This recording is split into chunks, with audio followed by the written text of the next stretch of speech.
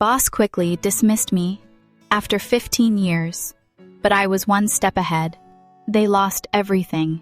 I dedicated 14 years of my life to this company, built their success from the ground up, only to find out they were planning to erase me the moment they got what they wanted. But here's what they didn't see coming. I knew their plan before they did, and I had my own. They thought they were getting rid of me? No! I was about to take everything they depended on. Want to know how I turned their biggest asset into my ultimate revenge? Keep watching. This is a story they never saw coming. Lauren Mitchell. That's my name.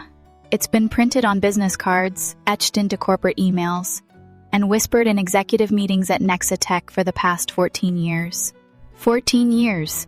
Nearly a decade and a half of my life spent building this company from the ground up, pouring every ounce of my energy into making it thrive. And for what? A paycheck? A title? No! It was more than that. Nexatech was my home, my battlefield, my proving ground. It was the place where I took raw ideas and turned them into something real, something powerful. I had sacrificed late nights, weekends, and countless moments of my personal life to ensure this company's success. I had built a team of brilliant engineers, led them through some of the most challenging projects in our industry, and delivered innovations that had put Nexatech on the map. And yet, despite all of that, I was invisible to the people at the top. I wasn't the kind of employee that made flashy speeches in boardrooms or played golf with executives on weekends. I wasn't in the inner circle, the boys' club that ran this place. No, I was the one behind the curtain, the one making sure the gears kept turning while others took the credit. That's how it always worked in this industry. The real work was done in the trenches, and the glory was handed off to the ones who knew how to sell it. I told myself that it didn't matter, that as long as my work spoke for itself, I didn't need recognition. But deep down, I knew that was a lie. Recognition mattered, credit mattered, and I was about to learn just how much it mattered when it was taken from me. It started with a feeling, a shift in the air, a gut instinct that something wasn't right. At first, it was subtle executive meetings that I was suddenly excluded from, conversations that stopped the moment I entered the room, projects that had always been under my leadership quietly reassigned to younger, less experienced engineers. I tried to ignore it, to tell myself I was overthinking things, but then came the emails, the ones I wasn't supposed to see. It happened late one night when I was the last person in the office, the glow of my monitor the only light in the darkened room. I had been combing through project reports when a misdirected email landed in my inbox. At first, I almost deleted it without reading. I was exhausted, mentally drained, and ready to call it a night. But something about the subject line stopped me cold. Phase 3 Employee Transition Strategy. Curiosity got the better of me. I clicked.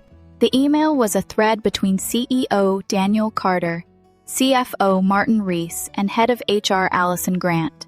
It detailed a plan, one I was very much a part of. The company was restructuring, they said. They were making tough decisions for the future. And in those decisions, I was nothing more than a number on a spreadsheet, a liability they needed to eliminate. The wording was careful, sterile, clinical. But the message was clear. I was being phased out.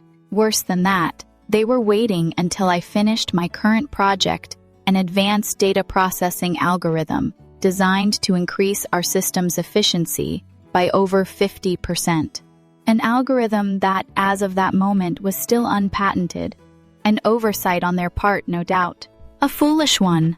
My pulse pounded in my ears as I scrolled through the messages. They planned to let me go the moment my work was done.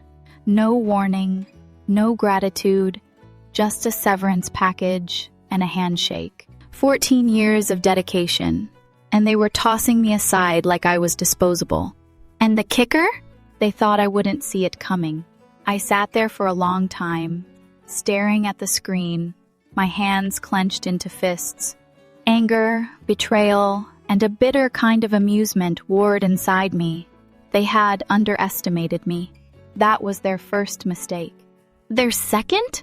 assuming I wouldn't fight back. I wasn't just going to let them take what I had built. I wasn't going to walk away quietly while they stole my work and called it their own. No! If they wanted to play dirty, they had no idea who they were up against. I took a deep breath, closed my laptop, and leaned back in my chair. My mind was already spinning, calculating my next move. There was still time. Time to prepare. Time to turn the tables. They thought they had control, but they had given me the greatest advantage of all knowledge. I grabbed my phone and opened my contacts, scrolling down until I found the name I was looking for. Jack Morgan, CEO of DataSphere, Nexatech's biggest competitor. Jack and I had crossed paths before, more than once. He knew my work, respected it, and, more importantly, he had once told me that if I ever found myself looking for a change, his door was always open. I hesitated for only a second before typing out a simple message. Jack, let's talk. I have something you'll want to hear. I hit send. Then, with a slow, deliberate movement, I shut down my computer, packed my bag, and walked out of the office. I didn't bother turning off the lights. Let them shine. Let them illuminate the empty space where I once sat, the space they were so eager to clear. They thought they were writing the final chapter of my story at Nexatech, but they were wrong. I was just getting started. The moment I sent that message to Jack Morgan, I felt something shift inside me. It wasn't fear. It wasn't desperation. It was something sharper, more controlled determination. I had spent 14 years pouring everything I had into Nexatech, only to be discarded like I was nothing. But I wasn't nothing.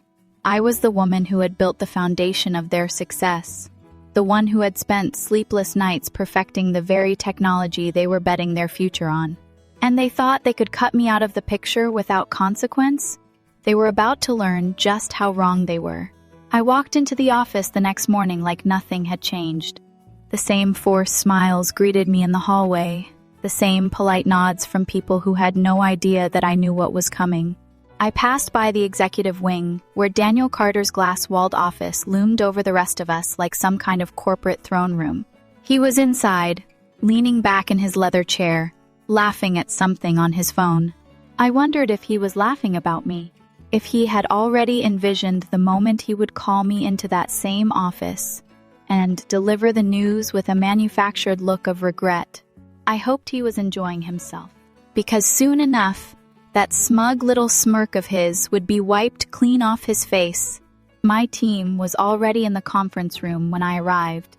I had recruited every single one of them brilliant engineers, problem solvers, the kind of people who didn't just follow instructions but innovated, created, pushed boundaries. They trusted me. They believed in what we were building. And none of them knew that in just a few weeks, they'd be left to pick up the pieces after I was gone. I took my seat at the head of the table, opening my laptop as if it were just another ordinary day. But nothing about this was ordinary. While my team discussed updates, debugging issues, and software patches, I was making calculations of my own. How long did I have before Nexatech made its move? How long before they tightened the noose? That answer came sooner than expected. Lauren, do you have a second? I looked up to see Allison Grant, the head of HR, standing at the doorway of the conference room. She was smiling, but it was that rehearsed, soulless corporate kind of smile, the kind that never reached the eyes. I already knew what this was. A preliminary conversation. A test. They wanted to see if I suspected anything.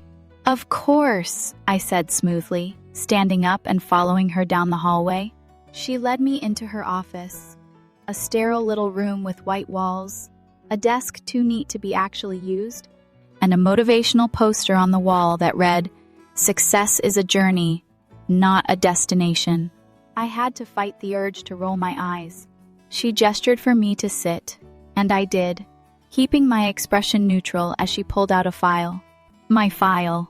"So," she began, folding her hands on top of the desk, "I just wanted to check in with you. We're doing a company-wide assessment of leadership roles and future growth plans, and I wanted to see where you envision yourself in the next 5 years. I almost laughed. The irony was too much. They were about to cut me loose, and yet here she was, pretending to care about my future growth.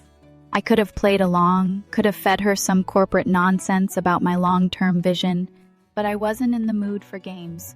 I guess that depends, I said, tilting my head slightly. Where do you see me in the next 5 years, Allison? She blinked, just for a second, before quickly recovering. She was good at this, but not good enough. Well, she said, smiling again, as you know, the company is always evolving. We're looking at ways to streamline our teams, improve efficiency. You've been here for quite some time, and your contributions have been invaluable. Here it comes. But we also have to think about the future, bringing in fresh perspectives, adapting to the changing market. There it was. The polite way of saying, you're too old, too expensive, and too much of a liability. I leaned forward slightly, my fingers tapping against the armrest of my chair. That's interesting, I said casually, because from where I'm sitting, Nexitech's future is riding on an algorithm that doesn't belong to them yet. The flicker of panic in her eyes was subtle, but it was there. What do you mean? She asked, voice steady but just a little too controlled. I smiled. You know exactly what I mean, Allison. That new data processing algorithm, the one that's going to define Nexitech's next decade, it's still unpatented. And as of last week, I filed the patent under my own name. She inhaled sharply, her corporate mask slipping for just a fraction of a second. That's not possible, she said quickly. Any intellectual property developed during employment belongs to the company if it was created using company resources, on company time. I finished for her. But see, that's the thing. The final refinements, the efficiency improvements, I did those on my personal equipment, on my personal time, and I documented every second of it. Silence. For the first time since this conversation began, she looked truly rattled.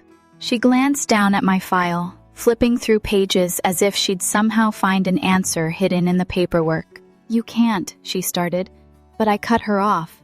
I already did. The weight of my words settled between us. I could see the wheels spinning in her head, the mental calculations as she realized just how badly Nexitech had miscalculated. She cleared her throat, straightened her shoulders, and forced a smile. I appreciate you bringing this to my attention, she said, though her voice was noticeably tighter.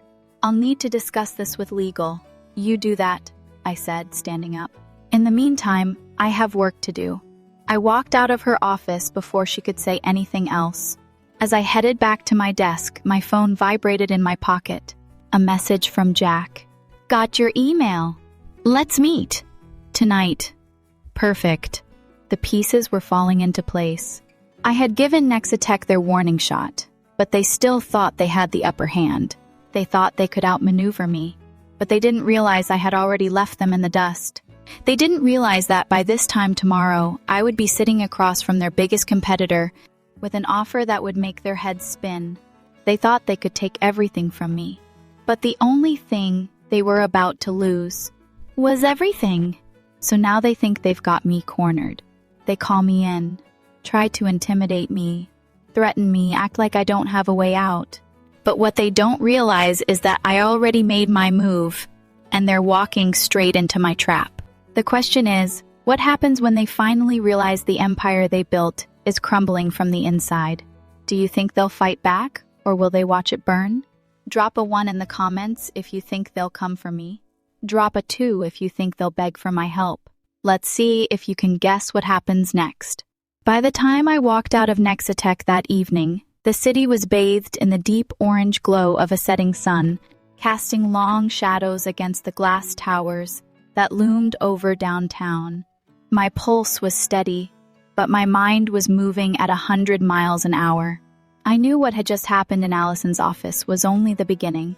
She'd run straight to Daniel Carter, who was probably sitting in his overpriced office chair, right now, fuming, scrambling, trying to figure out how the hell he had let something this big slip through the cracks. I almost wished I could see his face when he realized that the woman he had been so eager to replace now held the fate of his company in her hands. Almost, but I had bigger things to focus on.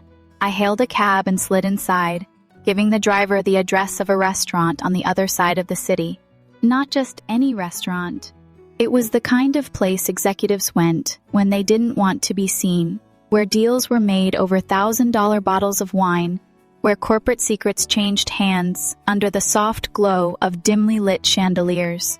Jack Morgan had picked the location himself, which told me two things. One, he wasn't just interested, he was serious. And two, he knew exactly what was at stake. When I arrived, the hostess led me to a secluded alcove near the back, shielded by decorative wooden partitions. Jack was already there, nursing a glass of bourbon, his sharp blue eyes scanning the room before landing on me. He stood as I approached, extending a hand. I shook it firmly, sliding into the seat across from him. "You don't waste time," he said, a hint of a smirk playing at the corner of his mouth. "Neither do you," I shot back, setting my bag down. "You wouldn't have agreed to meet this fast if you weren't interested." Jack leaned back in his chair, studying me. He was the kind of man who had built an empire, not by talking, but by listening. Calculating. He was smart enough to know that in business, the right opportunity only came once. And tonight, I was that opportunity. "So," he said, swirling the bourbon in his glass, "tell me exactly what I'm getting." I pulled a folder from my bag and slid it across the table. He opened it, scanning the first few pages, his expression unreadable. Inside were the details of my patent. The proof that the technology Nexitech was betting everything on was now legally mine. But more than that, I had included something else: my plans. The next evolution of my algorithm. Improvements I had never shared with Nexitech. The kind of advancements that wouldn't just make their current product obsolete, but would make DataSphere the leader in enterprise data processing overnight. Jack exhaled slowly, closing the folder and resting his hands on top of it. "You know," he said, "I've been waiting for something like this. Nexitech has been getting too comfortable at the top. Too arrogant. I'd be lying if I said I wasn't looking for a way to knock them down a few pegs." I smiled. "Then you're going to love what happens next." Jack nodded, and for the first time since I sat down, I saw a glint of something in his eyes: excitement. The thrill of the hunt. He wasn't just a businessman, he was a strategist. And right now, we were both playing the same game. "What's your price?" he asked. I didn't hesitate. "Full licensing rights to my patent, plus a seat at your executive table." "Chief Innovation Officer," Jack chuckled, shaking his head. "You don't think small, do you? Not when I know my worth." He took another sip of his drink, then set the glass down with a decisive clink. "Done." I exhaled, but I didn't let myself relax. Not yet. We had the framework of a deal, but I needed it in writing. I needed protections, guarantees, and I needed something else. "My team," I said. "The engineers I built at Nexitech. They don't know it yet, but they're about to be left out in the cold when I'm gone. I want them taken care of." Jack tilted his head, considering. "How many?" 6. All top tier. If you take them, you're not just getting talent, you're gutting Nexitech from the inside." He smiled, that predator smile of his. "Now you're speaking my language." I reached for my drink, letting the moment settle. The pieces were in motion now. I had a deal, a way out. But more than that, I had something Nexitech never saw coming: a plan to not just leave, but to take everything that mattered with me. And come Monday morning, Daniel Carter would realize the empire he thought was untouchable was already starting to crumble.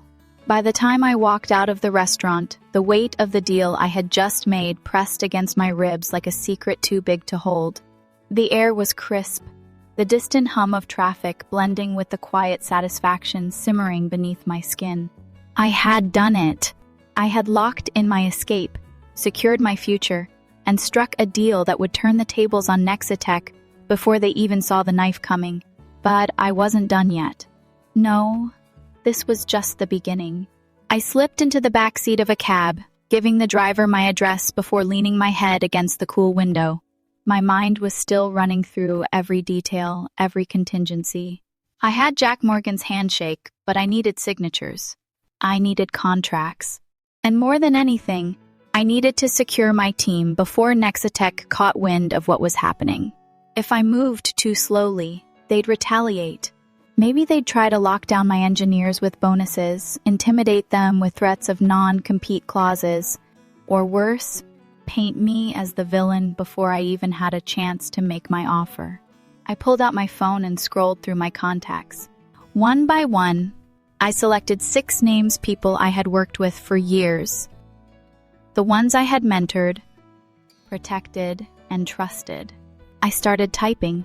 Need to meet. Urgent. Trust me. I hit send, knowing they'd understand. They always did. When I got home, I didn't bother turning on the lights. I dropped my bag by the door, kicked off my heels, and made a beeline for my laptop. The glow from the screen cast sharp shadows across my face as I pulled up everything I had gathered over the last few weeks. Nexatech's financial reports, internal memos, even a few conveniently forgotten legal documents buried deep in the company's archives.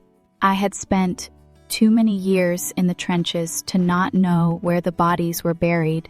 Nexatech had skeletons, and if they wanted to play dirty, I wasn't afraid to dig. But I wouldn't need to not yet. The beauty of my plan wasn't in sabotage. It was in precision. In making sure that when Nexatech finally realized what was happening, it would already be too late. A soft chime broke the silence. A message. Miguel, where and when? Anita, I'm in.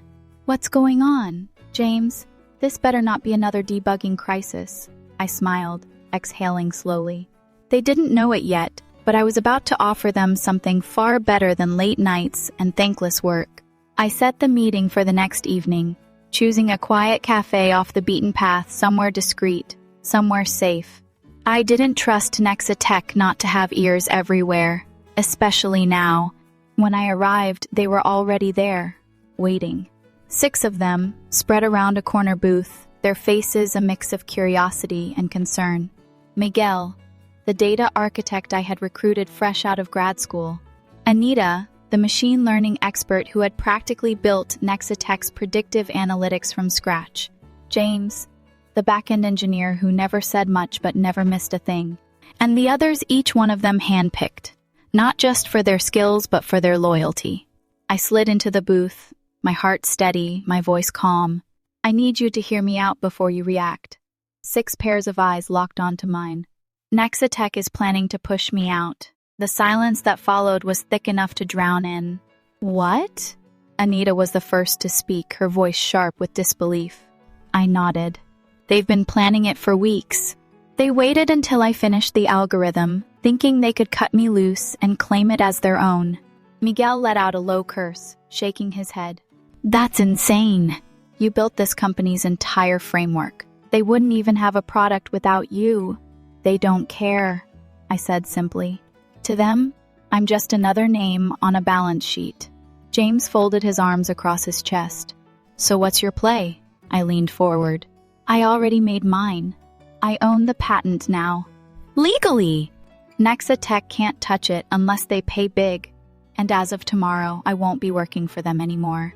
The shock rippled through the group, expressions shifting from confusion to realization. You're leaving? Anita whispered. I'm not just leaving, I corrected. I'm taking everything that matters with me. And that includes you. Another pause. This one heavier, more loaded. I have a deal, I continued, keeping my voice steady.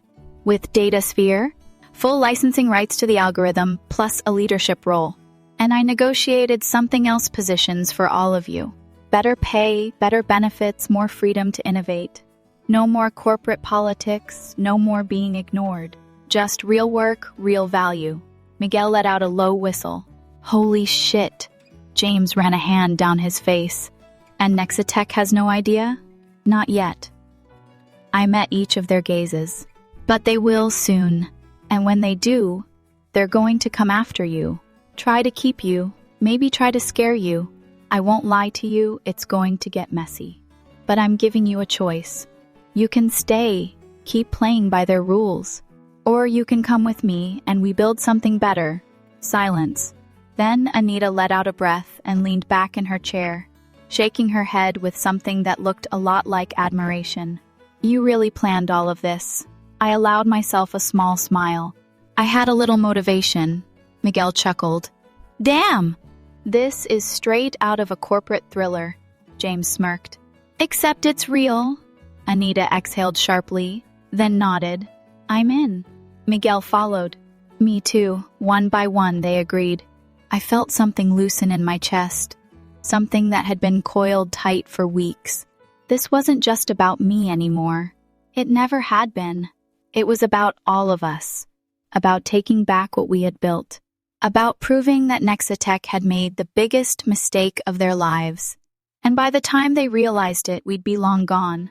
By the time I got home that night, I knew there was no turning back. The team was on board. The contracts were being drafted.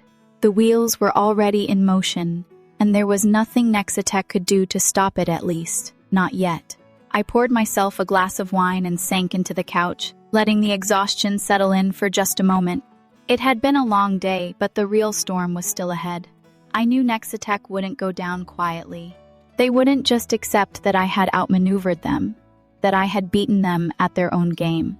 No, they'd fight. They'd try to discredit me, to scare me into submission. Maybe they'd even try to find a loophole in the patent, some legal technicality to challenge my ownership. That was Daniel Carter's style. He didn't win by being smarter. He won by being ruthless, by dragging people through the mud until they had nothing left to fight with. But he didn't know me as well as he thought he did. I wasn't some naive employee who could be bullied into submission. I had spent years watching, learning, preparing. I had seen how he operated, how he cut down anyone who got in his way. But this time, he wasn't dealing with some disposable asset. He was dealing with someone who had already beaten him. The next morning, I arrived at the office like it was any other day.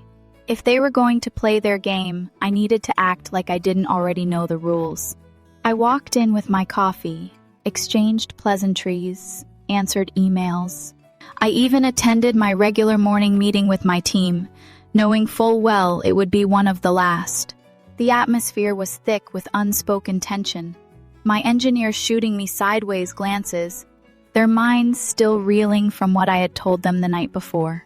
I gave them nothing, no signals, no reassurances, just business as usual. But the moment I stepped back into my office, I knew I was being watched. It was a feeling, subtle but unmistakable. The way conversations hushed as I passed, the way certain executives who usually ignored me suddenly seemed to be paying a little too much attention. They knew something was wrong. They just didn't know what. I had barely sat down when my office phone rang. I didn't need to check the caller ID to know who it was. Lauren. Daniel Carter's voice was as smooth as ever, but there was an edge to it this time. Can you come to my office for a moment? I could have said no. I could have made him wait, forced him to stew in his own anxiety. But that wasn't my style. If he wanted to play, I was ready. I grabbed my notepad purely for show and made my way to the top floor. His office was a monument to excess. All glass and steel and leather, designed to remind everyone who walked in exactly who was in charge. He was sitting behind his massive desk, hands folded neatly in front of him, but his expression gave him away. He was rattled. I didn't sit. You needed something? I asked, keeping my voice light. He exhaled slowly, like he was trying to decide how to approach this. I had an interesting conversation with Allison this morning. Of course he did. She seemed to think there might be some misunderstandings about your intellectual property agreement with the company.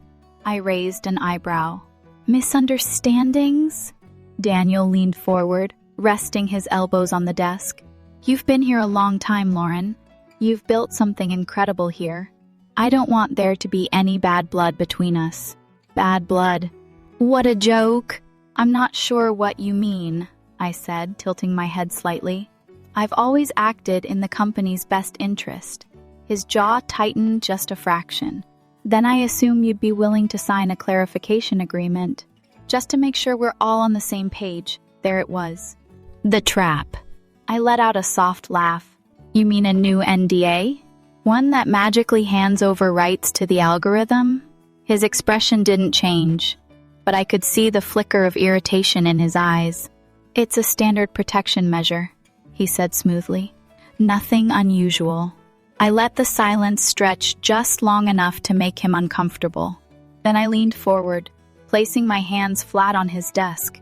Daniel, I said softly, you and I both know that if you had a legal claim to my work, we wouldn't be having this conversation.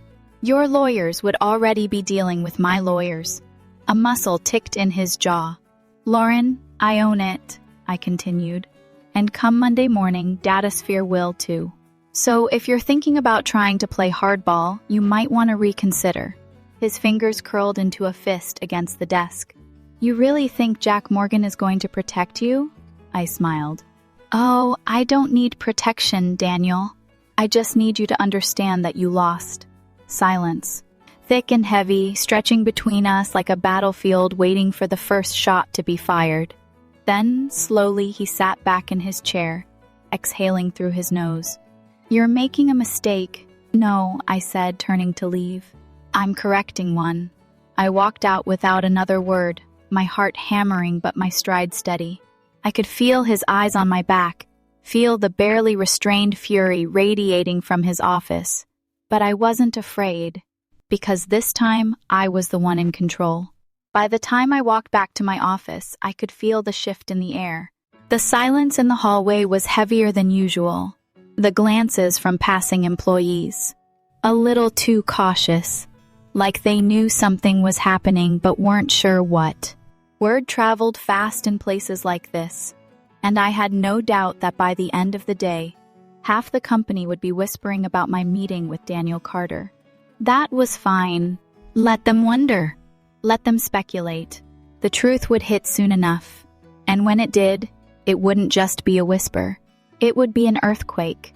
I closed the door behind me, pressing my hands against the cool surface for just a second, steadying my breath. My heart was still hammering from that last exchange. Facing Daniel like that, shutting him down before he had the chance to tighten the noose. There was a part of me that had been waiting years for that moment, but I knew better than to think he'd give up that easily. He wasn't the type to accept defeat with grace. He was the type to retaliate. I crossed the room and grabbed my phone, checking my messages.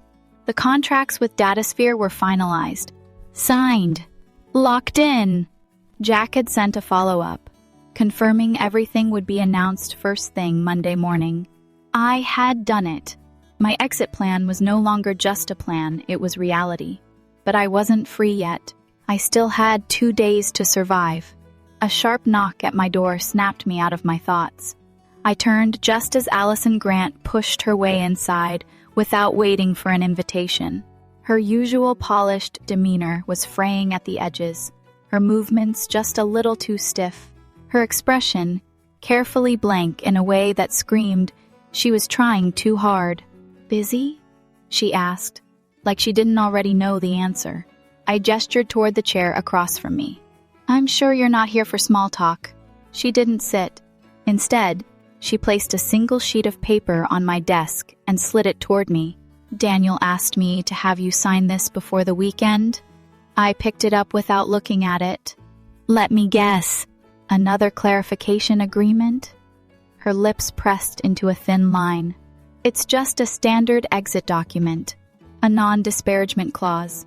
I let out a quiet laugh, shaking my head. He really is desperate. Allison exhaled, her fingers tightening around the back of the chair she refused to sit in. Look, Lauren, we both know how this goes. I get it, you're upset. But this? This is reckless. I raised an eyebrow. Reckless? She crossed her arms. You're walking into a war with people who have more power, more money, and more resources than you. You think Datasphere is your safety net? They'll cut you loose the second it benefits them. And when that happens, where does that leave you? I leaned forward, resting my elbows on the desk, meeting her gaze without blinking. Let me tell you something, Allison. I've spent 14 years in this company watching men like Daniel build their empires off the backs of people like me. I've watched them take credit for work they didn't do, make decisions that crushed careers, treat talent like a disposable commodity. And you're right, this is a war. But the mistake you're making is thinking I'm the one who should be scared. A flicker of something crossed her face, doubt maybe. Or something dangerously close to regret. You don't have to do this, she said, voice lower now, almost careful. Yes, I do. Silence stretched between us. Then, finally, she let out a breath, straightening her posture. Fine. But if you think this ends with you walking out that door on your own terms, you're wrong. You don't just get to leave clean. They will come after you. I tilted my head. Then they better bring their best. She hesitated for just a second before turning on her heel and walking out, her heels clicking against the polished floor like a countdown to something inevitable. I looked down at the document she'd left behind, fingers skimming the familiar legal jargon. I knew exactly what this was. A final attempt at control. A way to silence me. To strip me of any power I had left before I even stepped out the door. I pulled out a pen, but instead of signing, I grabbed a sticky note and scrawled 2 simple words. Not happening. Then, with the same calm I had walked into Daniel's office with, I folded the paper, stuck the note on top, and slid it right into my shredder. If they wanted a fight, they were about to get one. The next morning, the pressure in the office was suffocating. People were watching me like they expected me to burst into flames at any second. Rumors had spread faster than I thought they would. I caught fragments of hushed conversations as I walked past words like lawsuit and termination. And what the hell is going on? I just kept walking, my pace steady, my expression unreadable. I had spent years being the one people overlooked, the one who got things done without demanding attention, without playing the corporate games. Now, for the first time, they were seeing me, and they were afraid of what that meant. By noon, an email hit my inbox. Subject, urgent HR meeting, required. I didn't even need to open it to know what it said. They were making their move. I closed my laptop, grabbed my bag, and stood up. Outside my office window, the city stretched out in endless directions, full of people who had no idea that somewhere in one of these glass towers, a battle was about to unfold. I wasn't afraid. I was ready. I walked into the HR meeting like I was stepping onto a battlefield, because in many ways, that's exactly what it was. The email had been vague, just a standard urgent meeting regarding company policies nonsense. But I knew what was waiting for me on the other side of that door. A final attempt to control the narrative. A last-minute power play. They thought they could intimidate me, corner me into submission. They had no idea they were already too late. The conference room was cold, deliberately impersonal, a space designed to strip you of any sense of control. The second you stepped inside, Daniel Carter was there, of course, sitting at the head of the table, fingers steepled in front of him like he was some kind of king about to deliver a decree. Allison Grant was to his right, her expression carefully neutral, but I could see the tension in her shoulders. Martin Rees, the CFO, was there too, which told me everything I needed to know. This wasn't just a discussion, this was an execution. Lauren, Daniel said smoothly as I took my seat. Glad you could join us. I didn't respond. I just leaned back, crossed my legs, and waited. Daniel exhaled like he was disappointed, like I was a stubborn child refusing to cooperate. I won't waste your time. We're here to talk about your recent actions. Actions? I echoed, feigning curiosity. You mean coming to work? Doing my job? Martin shifted uncomfortably. Allison cleared her throat. Lauren, we have reason to believe that you have engaged in activities that violate your employment agreement. I raised an eyebrow. Is that so? Daniel slid a folder across the table. Your contract clearly states that any intellectual property developed during your tenure belongs to Nexitech. I didn't even look at it. You're right. It does. But as I've already told your legal team, the final refinements to my algorithm were done on my personal time. using my personal resources. You don't own it. Daniel's jaw tightened. That's debatable. No, it's not, I said calmly. And you know it. Silence stretched across the room like a wire pulled too tight. Daniel leaned forward, his voice lowering. You've put yourself in a very dangerous position, Lauren. Have I? I tilted my head. Because from where I'm sitting, it looks like the only people in a dangerous position are the ones who built their entire company on stolen work. Allison's fingers twitched against the table. Martin wouldn't even meet my eyes. They knew I had them. They were just stalling, scrambling for a way out. Daniel, however, wasn't finished. We can make this simple, he said, his voice taking on that patronizing tone I had always hated. Sign over the rights. We'll compensate you generously, and we can all walk away from this without unnecessary complications. I smiled, slow and sharp. You mean without a lawsuit? Without a public scandal? Without Nexitech shareholders finding out their golden algorithm isn't actually owned by the company? His nostrils flared, just slightly. I'm offering you a way out. So, am I? I said, folding my hands on the table. You drop this little charade, acknowledge my patent rights, and I won't make this uglier than it needs to be. Daniel let out a humorless laugh. You think you have the upper hand? I shrugged. I don't think, Daniel. I know.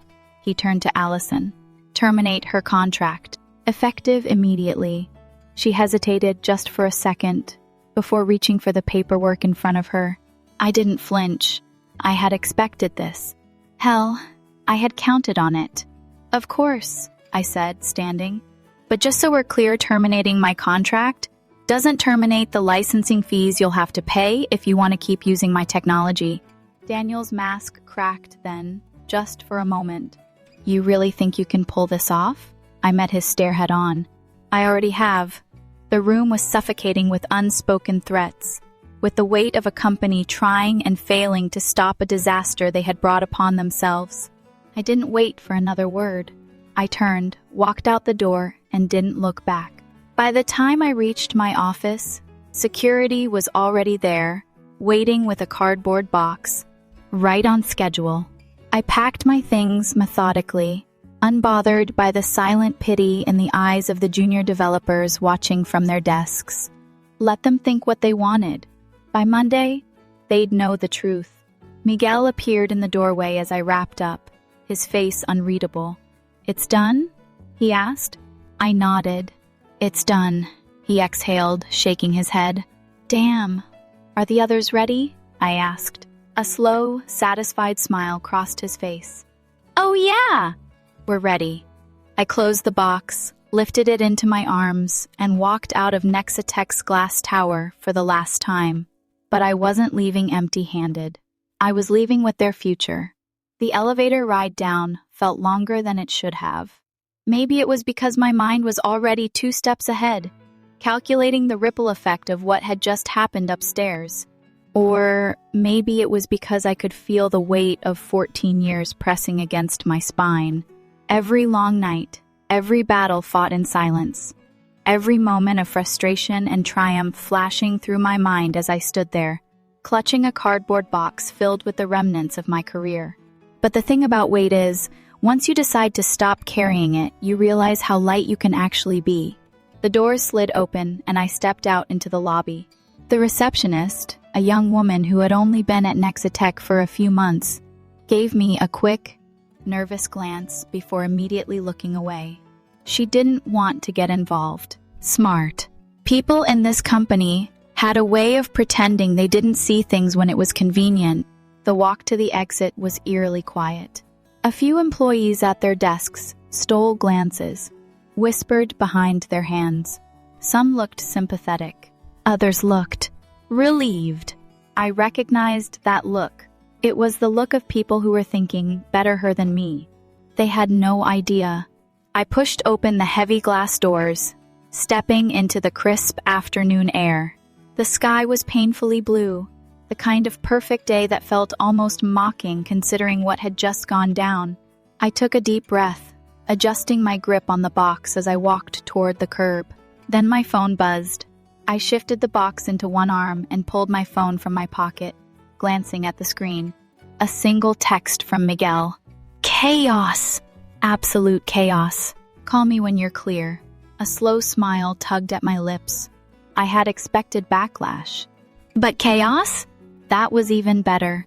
A black town car pulled up in front of me, right on time. I slid into the back seat, setting the box down beside me as the driver merged into traffic.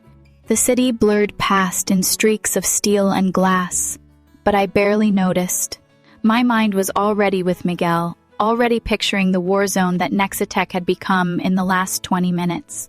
I dialed his number, and he picked up on the first ring.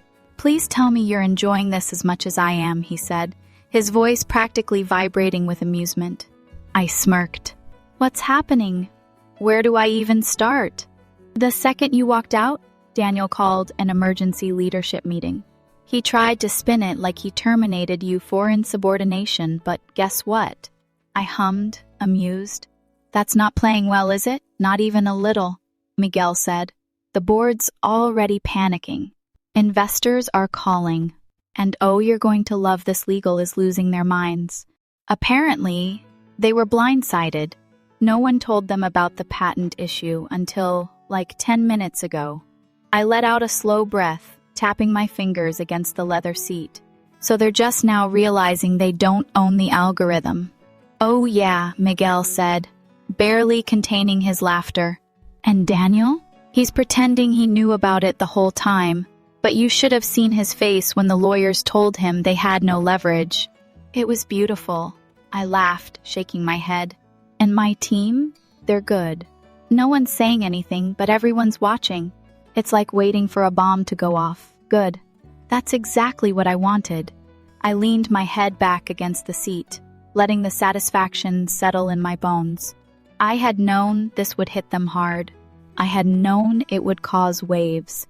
But this? Watching them scramble, watching their carefully constructed empire start to crack under its own weight?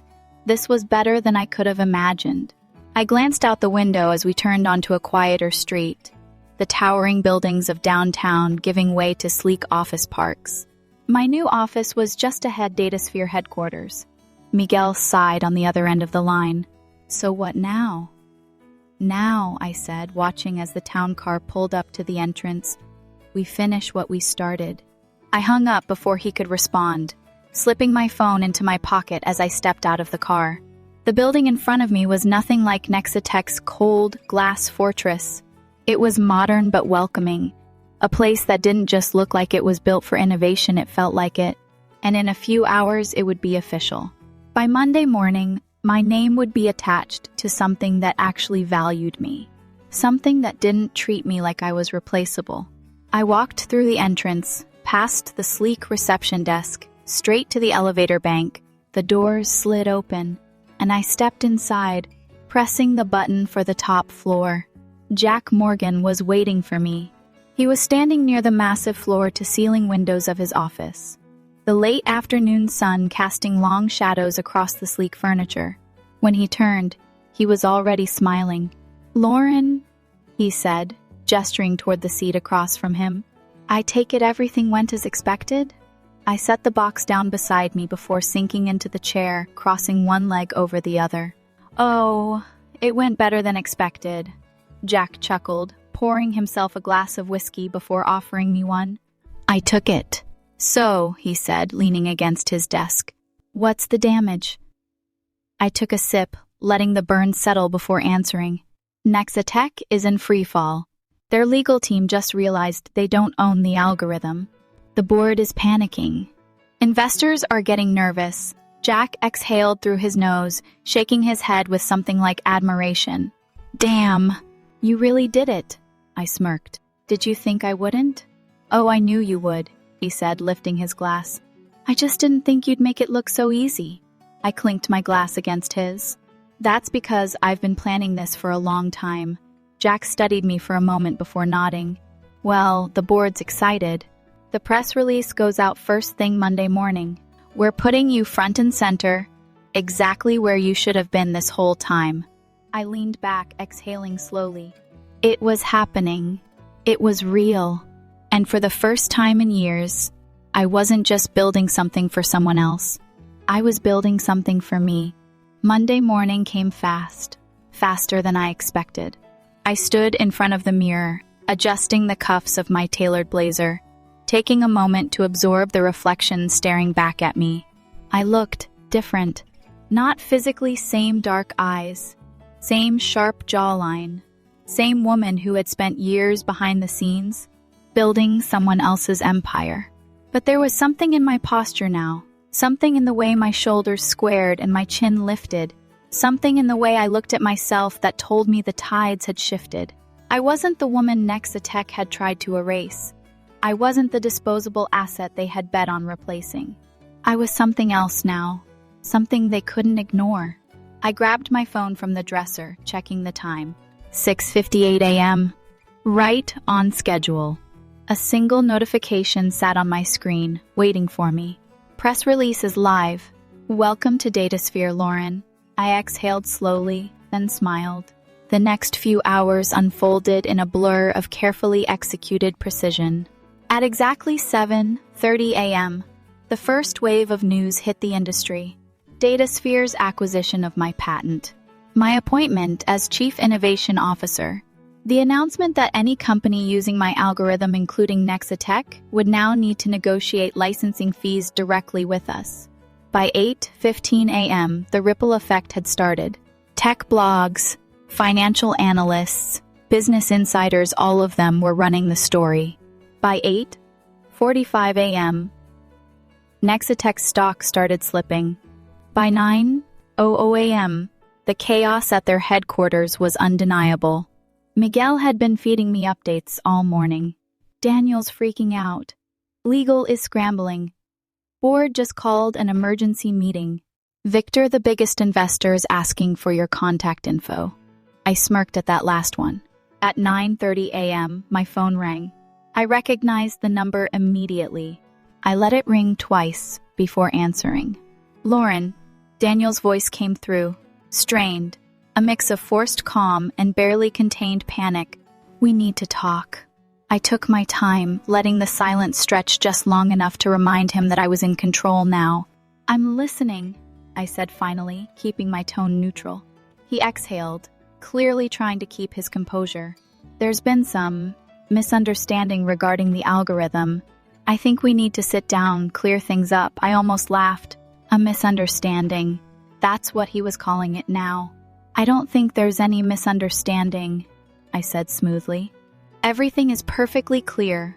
Lauren, be reasonable, he pressed. You know how these things work. There's room for negotiation. I leaned back in my chair, watching the city skyline through the wide windows of my new office. There was room for negotiation, I corrected. Back when I was still in your office. Back when you thought you could bully me into signing over my work. But that window closed the second you fired me. Silence. Then, we're willing to make an offer. Ah, there it was. I let out a small, knowing hum. An offer, I repeated, dragging the words out, savoring them. That's interesting. Because last I checked, you were the ones who needed something from me. Another silence, this one tighter, heavier. We need access to the algorithm, Daniel admitted finally. You know that. I did. Of course I did. And what exactly are you offering in return? I asked, feigning interest. We can discuss fair licensing fees, he said. A partnership arrangement. Something mutually beneficial. I smiled. You mean you want me to cut you a deal? His jaw tightened audibly through the phone. This doesn't have to be hostile, Lauren. That's funny, I mused. Because I remember sitting in your office 3 days ago, and I'm pretty sure you were the one making threats. Silence. Then, lower, quieter. You're really going to make us pay for it? I let the satisfaction settle deep in my chest before answering. Yes. Another beat of silence. And then, just when I thought he might try to push further, he exhaled sharply. Resigned. Defeated. I'll have legal draft something, he said finally, voice tight with barely contained frustration. Expect a proposal by the end of the day. I smiled. I'll take a look, I said simply. but don't expect any favors." Then, before he could respond, I ended the call. The second I hung up, my office door cracked open, and Jack stepped inside, holding 2 coffee cups. "Let me guess," he said, handing me one. "Carter finally called?" I smirked. "Begged, actually." Jack chuckled, shaking his head. "That's got to feel good." I took a sip of coffee, letting the warmth spread through me. "It does," I admitted, "but not as good as knowing that this is just the beginning." Jack raised his cup in a mock toast. "To new beginnings, then." I clinked mine against his, a slow smile spreading across my lips. "To owning what's mine," I corrected. And for the first time in my career, I actually meant it. In the end, they had no choice but to pay for what they once tried to steal. The same company that fired me, underestimated me, discarded me now had to negotiate on my terms. I didn't just walk away with my work, I walked away with their future. So let me ask you, if your company suddenly turned against you, would you be ready? Would you know how to protect yourself?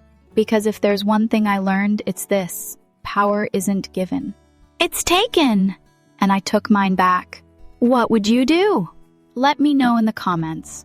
In America, we're told that hard work pays off, that loyalty is rewarded. But here's the truth: your worth is only as strong as your ability to protect it. I spent years building something for a company that saw me as replaceable until I proved I wasn't. Your skills, your ideas, your time, they belong to you, not to a corporation that would drop you the second it benefits them. Document everything. Protect your work. Know your rights.